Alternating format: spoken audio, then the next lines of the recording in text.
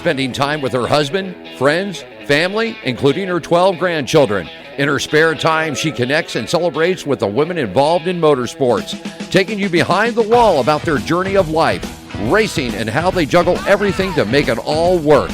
Welcome to Racing Girls Rock Podcast. Strap in, window nets up, the pedals are down, and when the green flag drops, we go.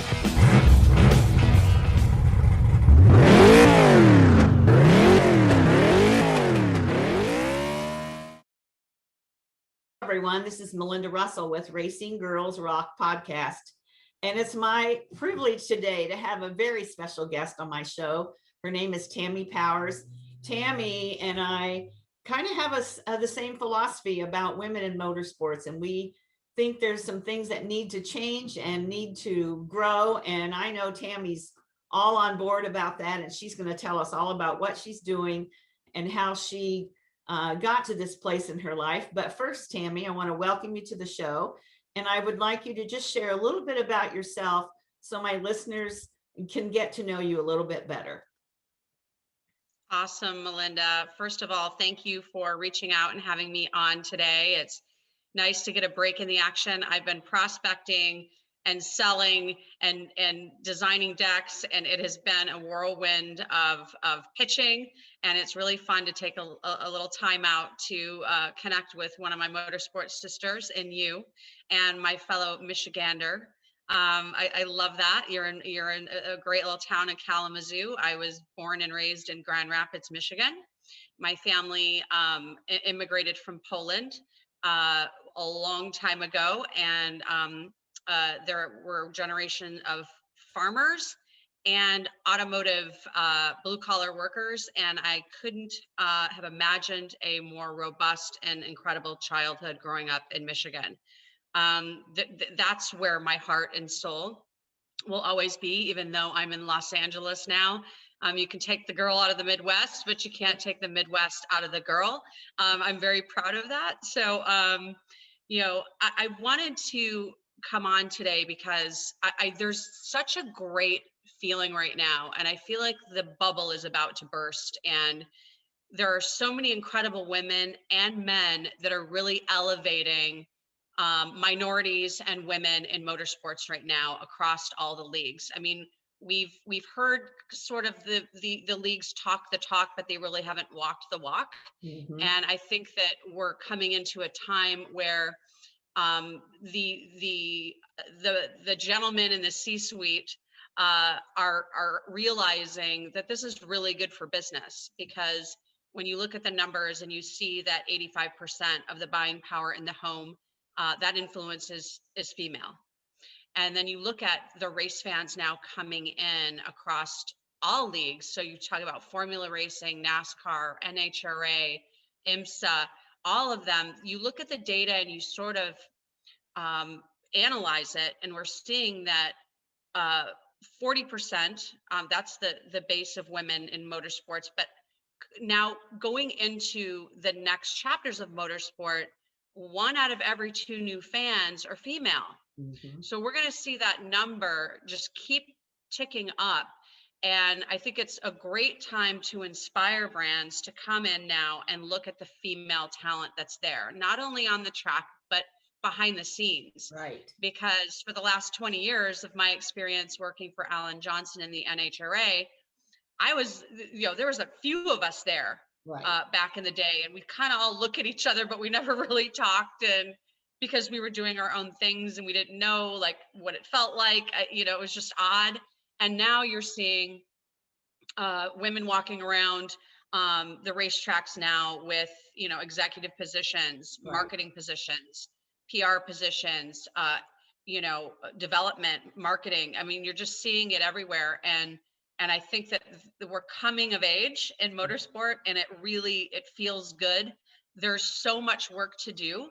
And the good news is I don't feel like the lone soldier on the field anymore. I really feel like we have a coalition of men and women and the younger generation coming up who are energized and are going to put a shock and disrupt the system. And it's going to just be great all around for everyone, and it's certainly going to be great for brands and for business. I totally agree. And I think I read like 3 or 4 years ago that women were, at that time, 30% of the people attending races. And I'm not sure how they came up with that number, but anyway, and now it's 40%. And, down the road, it's going to be 50, 60% because, women are going to be like, okay, let's buy tickets to go to this. They're the decision makers. We know that they decide what type of green beans to buy, what type of toilet paper to buy, right? And so Yeah. we know that those are the people that these brands need to be speaking to. And one of the things that we were going to do last year was have events at NASCAR tracks and some other tracks geared towards women, and not just women, but getting women to understand that motorsports is for them too. It's not just your husband's thing, and have an event where women could see other women and network and get together. And of course, COVID took care of that, but we are working on a couple events yet this year and then 2022. But I know that you're invested in getting these brands to see the value in the women that are involved. And so I know your business is called PowerDrive Motorsports Futures. I wrote it down because I wanted to be sure I got it right. So tell me, how did you come about thinking about the name for that, and what is that all about? Tell me about it. So little correction, it's PowerDrive Motorsport Yes. Futures. PowerDrive, And that's what I wrote down. It's no worries, no worries. It's, I sat with it and I watched the documentary about Janet Guthrie. And while we were all locked down, my daughter's 20 feet away in homeschool, and I really I've always wanted to do more. I mean, I marked my 20 years in motorsports. I wanted to say, what does the next 20 mean to me? And what problems can I solve? How can I leave more of a legacy in motorsports as a female? And, having an incredible boss like Alan Johnson, and just the mentorship and the positivity and that he's brought to my career, and he's just been incredible.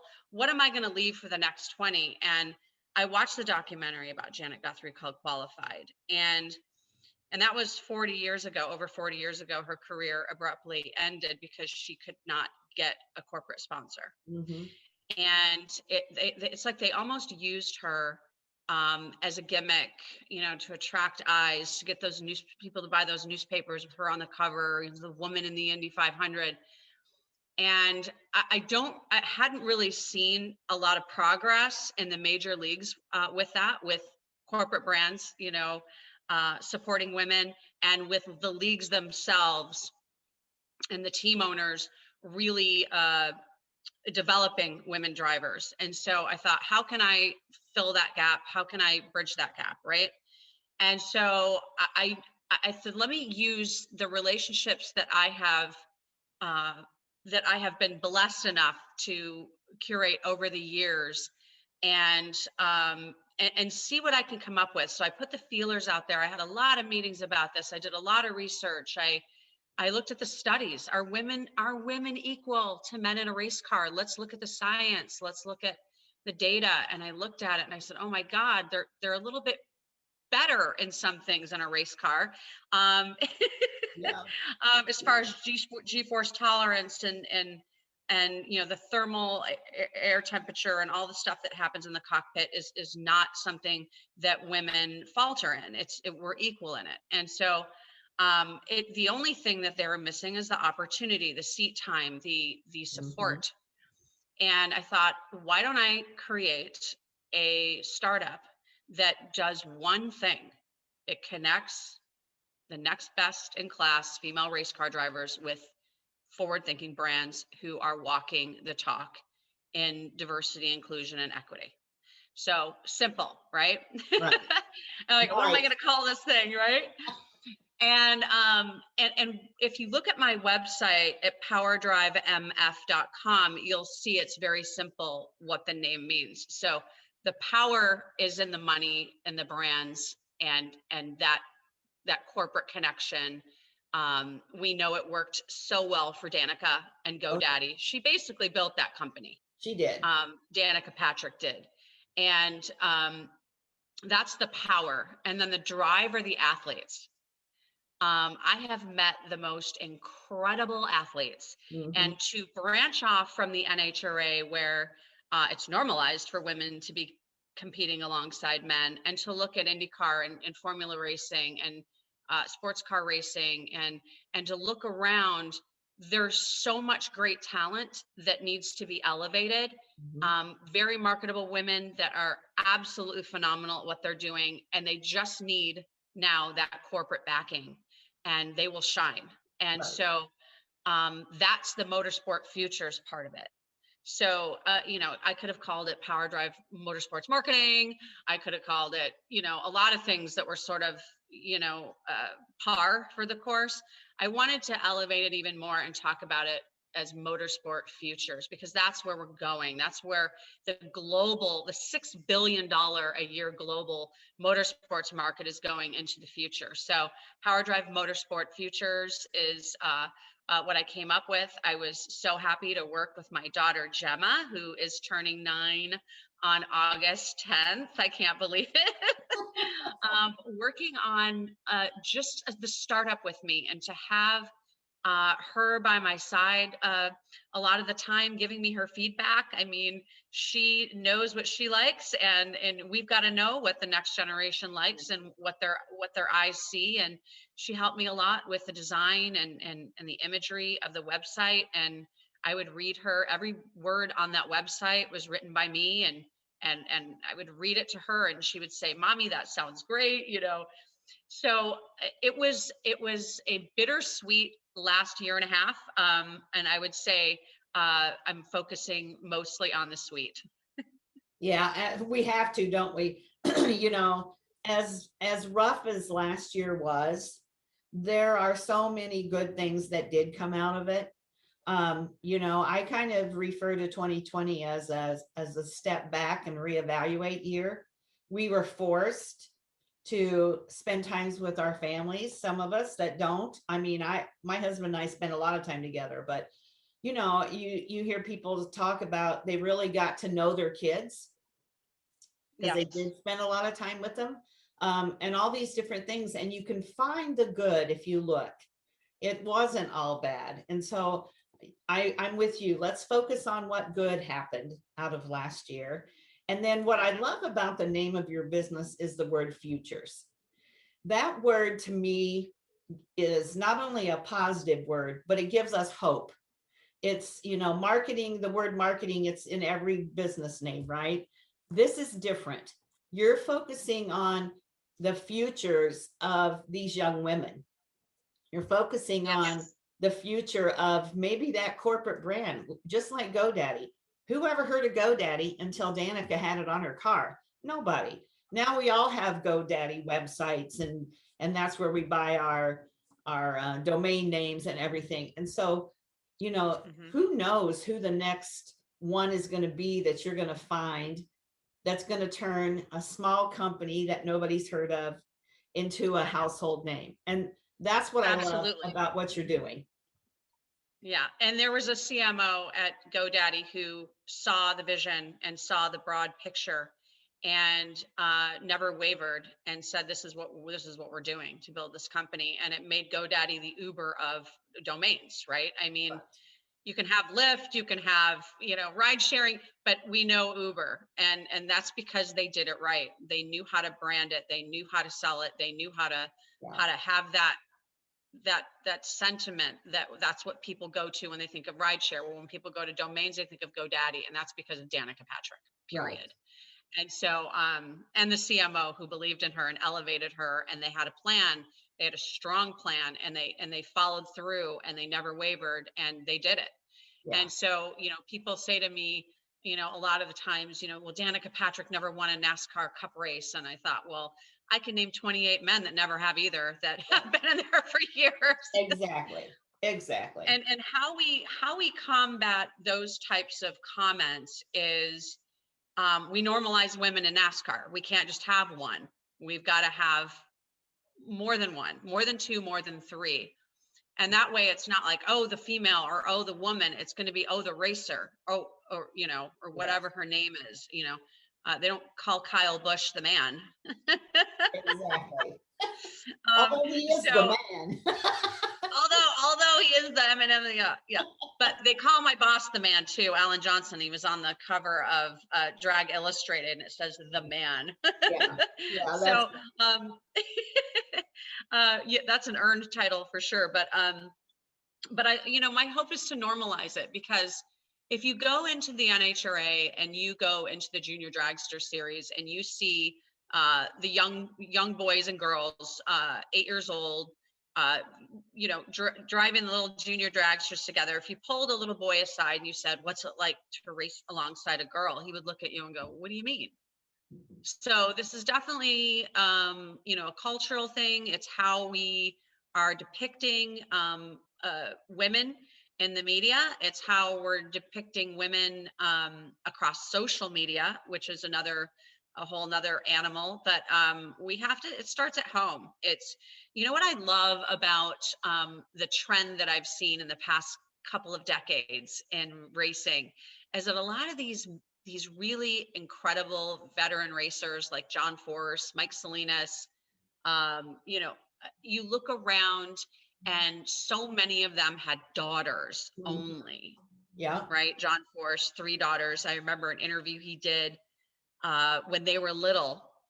And God, this just ages me when I think about how little those kids were when I first saw them. But you look at the interview he did and he said, "Oh my God, you know, I'm John Force. I'm the greatest funny car driver in the world. And I had these 3 daughters. Like, what am I going to do with 3 daughters?" And look at what they did. Right. Exactly. And so same thing with Mike Salinas of the Scrappers team. You know, he's got all these daughters, and, you know, what are they going to do? They're all racing. Right. You know? Right. They're competing for his seat in Top Fuel. Look out, Mike, you know, and so, and it's across the board. And a lot of girls that I talk to across the globe, the open wheel racers, the same thing. They're like, my dad, you know, wanted a son to sort of, you know, pass on the legacy, and he had a daughter. So, but they have the racing in their blood, just like a son would. They have the passion, the drive, the fuel, the focus. And that's just proving to be true in the results. So I'm really excited that you know, the universe threw us a solid by having all these great daughters to these you know, legendary racers. Well, and you know what's interesting? So I interview a lot of women, girls. I do a digital magazine. I don't know if you knew that. And I tell the stories of women in motorsports, and 99% of them you've never heard of, but they all have a great story. And it's amazing to me how many times, and this just happened yesterday, how many times a girl will say to me, "Yeah, my brother's really not into racing. He likes baseball. That's what me and my dad do together." And I hear it over and over and over. So even when there are sons in the family, doesn't automatically mean they're going to be interested in motorsports or following. Many times it's the daughter that does it with her dad. And it's just such a great bonding thing. And I just love hearing those girls tell me that it's something they're making memories with their dad. How cool is that? It's the coolest thing ever. And I can tell you, in my family, I have an older brother who raced his street cars in Martin, Michigan, and I would just obsessively follow him around. I was the most annoying little sister ever, but I was obsessed with the American metal. I just, the sound, the smell, the rubber, the everything. But my dad was a huge NASCAR fan. He always said, drag racing isn't real racing, until I opened him up to the nitro field, and he went, okay, it's racing. It's definitely racing. But I would have those drag racing moments with my brother, and I would have the NASCAR memories with my dad. And I always remember walking down the street coming home on race day, and I'm telling you, we were the loudest house on the block. You could hear, my dad had the TV, so he had Stroh's on tap in the kitchen. Like, that was, we had Stroh's beer on tap in my kitchen. And I would come down, and I always knew it's race day. I got to get home and watch the race with my dad. I'd be walking, you know, leaving my friend's house, walking down the street, and I could hear the TV. gentlemen, start your in, like, and it was like a concert hall when you walked into our den. It was loud, it was crazy. My mom was cooking up, ribs and, just making food. And it was just it was a beautiful time that I had with my dad. And I remember, I was so grateful to Alan Johnson because back in the early 2000s, it was right before Winston left. It probably was the year 2000. Alan arranged for my parents to go to a Winston Cup race in Las Vegas, and I had the best day with my parents. And then, unfortunately, the next year my dad got cancer, and then he passed away in 2002. But whenever I think about him, I think about the moments I had with him talking about racing and what an influence that was, just because it's just the passion and the fire in your belly. And I've taken that on my journey with me and motorsports. And I never thought I would be an executive in motorsports. You just don't know. And that's why I always tell people, make sure you look back at your life, and you can figure out where you need to go by looking back to the moments, the profound moments in your life that moved you. And that's how you get that fire, like I said, in your belly, and that passion. And that's then what you have to latch onto in your future, because that is what that's what's going to expand for you. And that's how you're going to become successful and feel good about what you're doing. I mentioned before, I'm literally prospecting, doing decks, making calls, doing emails, all this stuff, probably 12 hours a day. But to me, it doesn't feel like work, because the passion is what's fueling this. The need to bridge the gap, to leave a better motorsport space for the next generation of women and minorities and people who wouldn't have those opportunities. Right. If they're ready, if they're marketable, I want to know you, and I want to elevate you. And so that doesn't feel like work to me. It feels so fulfilling. And that's what you have to find in your own life. And I'm mentoring young women and telling them, in motorsports or not in motorsports, what do you feel in your belly, the fire? That's what you have to focus on. And that's where you have to let it lead you. Right. And the mentoring part, I think, is so important, because I had someone say to me, oh, I met so-and-so, a young gal that races, and she's not anybody famous. She's still, down in a lower series, and she drives a sprint car. And they said, yeah, I met so-and-so, but she didn't look me in the eye. She didn't really have a lot to say. And they named off these things, and they were like, what she didn't know is that I was thinking about sponsoring her, or, and she didn't give them a good impression, and she lost that opportunity without even knowing it was an opportunity. And so what they need to be the whole package, don't they? They can't just drive a car. They need to be able to speak well and market themselves. And they don't have to be the most gorgeous girl at the track. They have to be confident and be able to speak about what they love and that kind of thing. And that's where, I think the mentoring part is just as important as learning how to drive the car. Absolutely. And I think that these young girls, a lot of them have told me, I feel so confident in the car, but I don't feel confident anywhere else. Yeah. And, they've really taken to that safe space that they have. They're in complete control, and they've done this probably since they were 8 years old. So they feel very confident in the car, or in the cart, or whatever it is. But the minute they step out, and what we have to do is really infuse that confidence in who they are outside of the car, right? Because they need to be marketable. They need to be able to look people in the eye, do a firm handshake, be their authentic selves, but be confident in that. And so, that's what we, us older broads. And I'm way older than you. That's what we do. And they look up to us, and they see, the bigger presence we have in their space, or in mentoring them, even on a Zoom meeting or a call. and give them permission to have that confidence, and have women that they can look up to, and men for that confidence.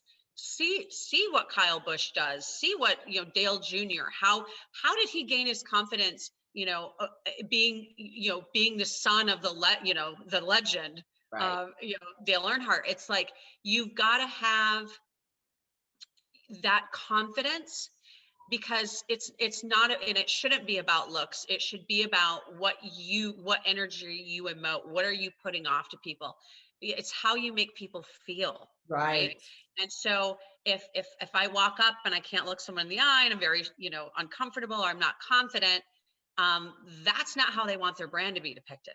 No. Right. And the other thing is, I had a pitch the other day for a young driver, and they said, she just doesn't look polished. Yeah. She was wearing flip-flops in the picture, and it was not in a place she would wear flip-flops. She wasn't at the beach, and so, getting that feedback helps me to mentor what these people are looking at, and what's important to them as brands, and you've got to be marketable with whatever you do. So from social media to, social media is a big thing. And these young people need to understand that internet stuff never goes away. Nope. And whatever your brand is, you need to find that, and you need to stay on brand with whatever you do in public and whatever you do in social media. Oh yeah. And the social media will make you or break you, for sure. Yeah. I just did a podcast and met a young gal from Wisconsin, and she grew up as a racing fan. She's never driven a car. And I don't even know really exactly what possessed her in a way to start this, but she goes to the track and she interviews drivers, and she has a little on Facebook, and and she's amazing, and she's 18 years old, and she's found her passion. She wants to be a teacher, so that in the school year she can teach when there's no racing. And then in the summer, she's free to go to these tracks and interview these drivers. And she's 18 years old. I had no idea when I was 18 years old what I wanted to do or anything like that. And she's just amazing.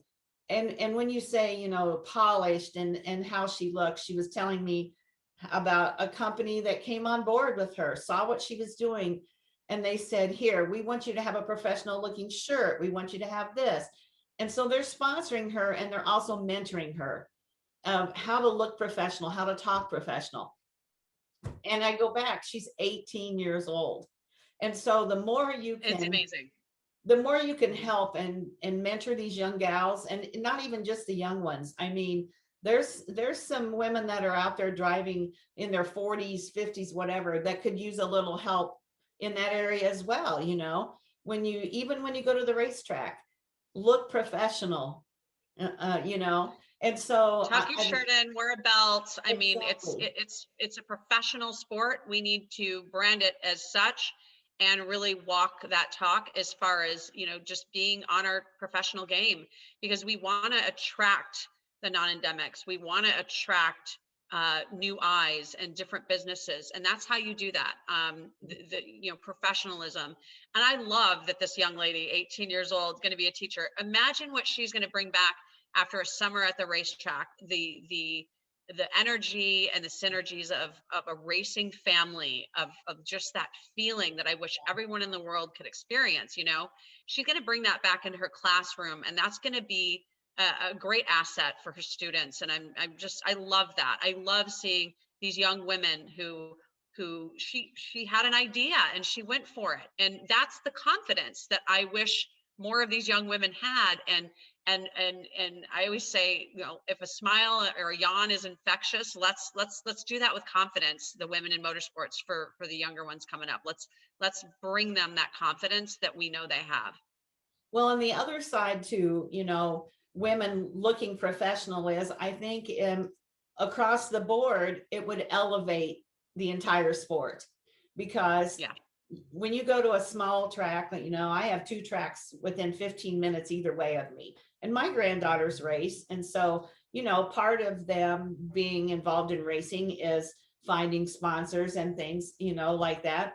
But to elevate everyone. When you go to the track, it looks more like a professional sport, not like you just came from gardening and you're filthy dirty and you got an old t-shirt. You know what I mean?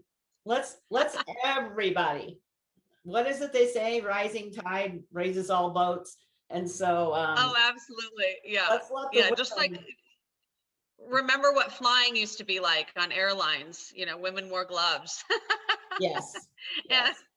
yeah, I get it. And I think it's just as a whole, I think it's like we have to lead by example. Mhm. And I think that's where it starts. I think the people that pay their hard-earned money to come in and watch races,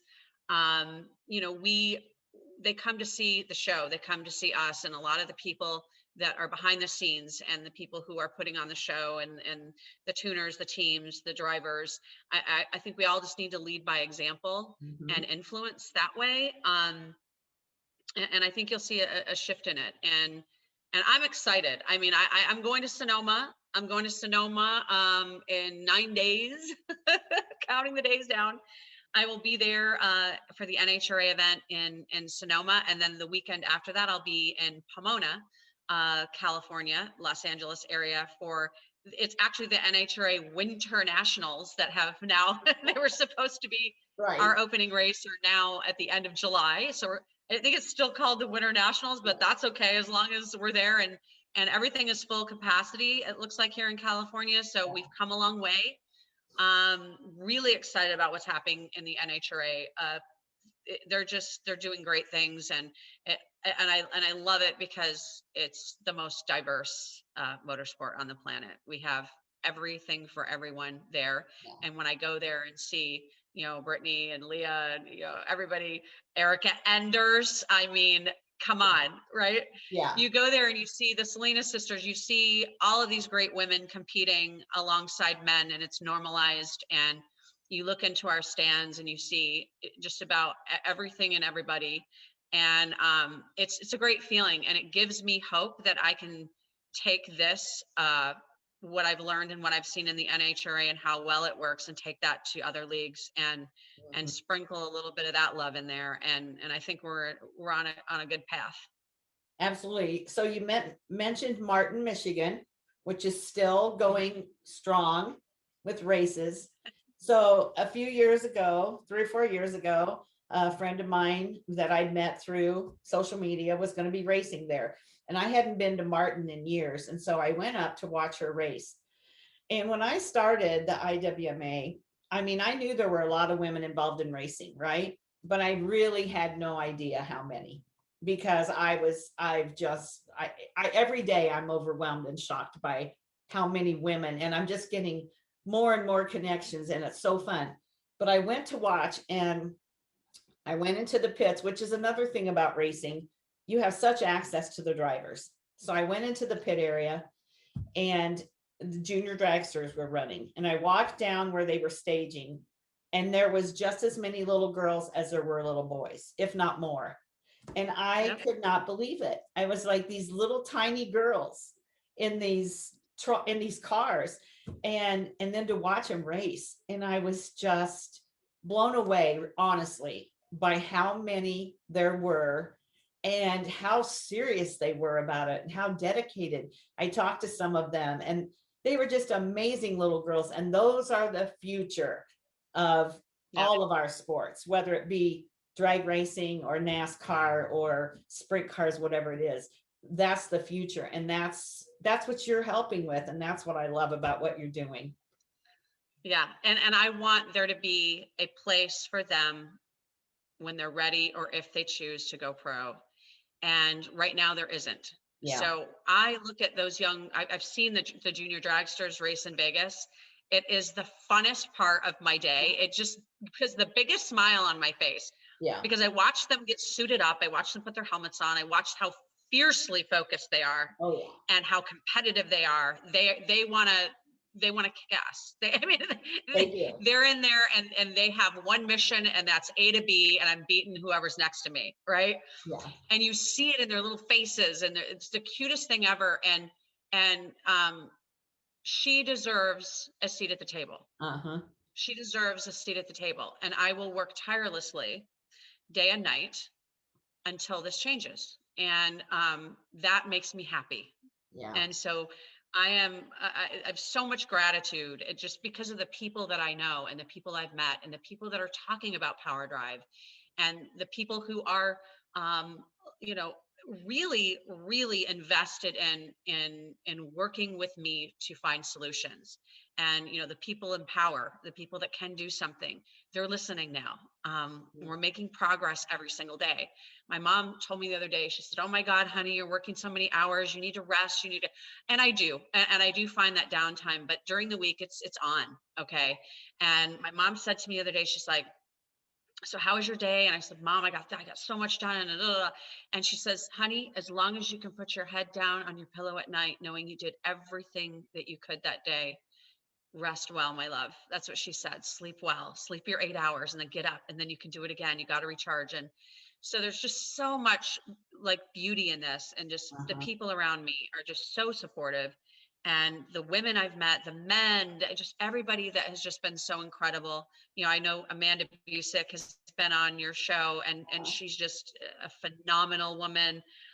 You know, Cindy Sisson has been on your show, I believe, and she is hell bent on these same types of initiatives. And you know, Lynn St. James has been on a lot of the podcasts I've been listening to, Shifting Gears Women, and I just there's so many great women that are now coming out of the shadows. And like, that's what COVID did. It brought us all out of wherever we were, the bubbles we were in, and put us on these Zoom meetings and these conferences, and everybody's seeing each other from all across the globe. And we're really, the collaboration is powerful, and you can feel it. And that's why the shift is happening, because when we all come together, it's just this force that it's just a force, and you can't deny it. It's just amazing. Well, you know, when I first started IWMA, it was a little overwhelming when I realized how many women there were. And it was like, I want to tell the stories, I want to have events, I want to do all these things. And I kind of felt at times I was just one person. How am I going to do this? Well, then people would start recommending someone to interview, or this, or hey, could you come to this event? We'd love to have you come. And then, you know, in 2020 and now 2021, I've met so many amazing women that have the same vision that I have, like Cindy, yourself, like Teresa Gilpatrick. She works for Skip Barber Racing. Great interview. I've met some women who are like, yes, let's do this. Let's have some events at the Skip Barber Racing schools geared towards women. Let's do this. And I'm just totally re-energized about everything that I'm doing and the people that I've met and how we can work together to, you know, make this all successful. So I absolutely love it. So Tami, it all starts with an idea, right? It starts with something that you feel needs to change, or a problem you can solve, or, I mean, that's how it starts. And so many people have so many great ideas, and you come together, and as long as you're focused, dedicated, passionate about it, and have follow through, you're going to see progress. It's undeniable. That's the way the universe works. What you put in is what you get back out. And so I am so excited about the rest of this year and moving into 2023 with some great female athletes coming up. And I'm just so excited about the future for them. And what I'm doing this year is meetings and really the awareness. I think a lot of times, a lot of CEOs don't even know what's happening on the ground. I think that there's so many layers of people between the ground and them. Because some of the CEO meetings that I've gotten, where I've gotten the meeting with the CEO starting at the top, had no idea. Yeah. None of them have had any idea of what's happening on the ground. And that is something that has worked well for me, starting from the top down, because a lot of times there are people that don't want to do anything different because they're afraid if it doesn't work out, then it's on them. They Yeah. don't want to take the Risk. risk of doing anything different. So they just stay the status quo. Then their job is secure. They're just going to do what they know works okay. They're a little less, they're reluctant to elevate and think outside the box and think of anything different to try because they don't want to take that risk. Right. And so when I talk to CEOs, they tell me all the time, had I had known this, thank you for bringing this to light for me. I had no idea this is what the numbers are, and this is what this looks like in motorsport, and this is, what's not happening for women and what should be happening for women. And these are your customers. This is your buying power. Yes. These are your influence, right? And so they don't know it. Now I'm, and I'm chipping away at it. And it takes a village. We're all building one brick by brick, and I'm part of that. And there's a lot of other women who are also formidable parts of that, but we're going to get it done. Yeah. And that's what I know. Yeah. I love what you're starting at the top. So this is what I found out. When I reach out to someone famous in motorsports, a woman, rarely do I get a no about an interview or a story, but I was cautious or maybe reluctant at times to reach out to some of those people because who am I? They don't know me, etc. And now that I've learned that we're all in this together, we're all trying to go for the same end results, right? And so those are the people that I now are starting to connect with, starting to meet. And it's just changing everything, and I love that you're starting at the top. That's, you're at the top. You should be connecting to the CEO, right? Yeah, absolutely. And a lot of times it's, I've had a couple of them say to me, I'm going to introduce you to my C-suite. And I'm like, let's do it, but this whole marketing thing and selling sponsorships is a whole nother animal. That's a whole nother 3-hour podcast, but it is. You have to have a lot of great instincts in sales and dealing with selling and people and really you have to have a large brain that can be very organized and think on your feet, and you have to have great research skills. I mean, this is the hardest part of motorsports is selling motorsport sponsorships. I mean, it is. It's the hardest part, but I could never do this if it wasn't something I was passionate about and putting, female first and then minorities. I couldn't do this as a career. It's part of what I'm doing for PowerDrive is connecting the corporate brands to the athletes. I just can't wait till they're all connected and then I can just watch them race. Yeah, that's coming, and it definitely will happen. Yeah. What a positive, exciting time it is to be involved in motorsports. I love it. I'm actually going to Nashville to the drive, just women with drive, women who Women drive. with drive. Women, yes. And I'll see you there, Melinda. I'll see you there. I'll be there to that event. I've never been to a road course race or an Indy race. And so as I was telling my husband, I was going to go by myself. He said, well, I've never been to an Indy or a road course race. And so I said, well, do you want to go? So he's going to come along and hang out in Nashville while we have our women's event on Friday. Then we're going to go to the race on the weekend. And so I'm excited about that because he likes racing. He doesn't necessarily want to spend 3 days at Bristol at a track doing what I do, which I understand. But he is going to come to Nashville, so that's going to be fun to have him along for that. But I'm excited to see you there. I'm excited for that event. That's going to be amazing. And I know you and I will both encourage anybody listening to find out more about it. There's going to be a big spread in the magazine coming out tomorrow about it. So that's going to be a great weekend. It is going to be phenomenal. I can't wait. I'm going in Thursday evening. I have to leave Saturday late afternoon because I have to be back in LA for my daughter's birthday party. I will not miss that on Sunday. That is something, because last year she didn't get her birthday at all. It was a Zoom with her grandma and Nana, and she had a little cake on Zoom. It was horrible.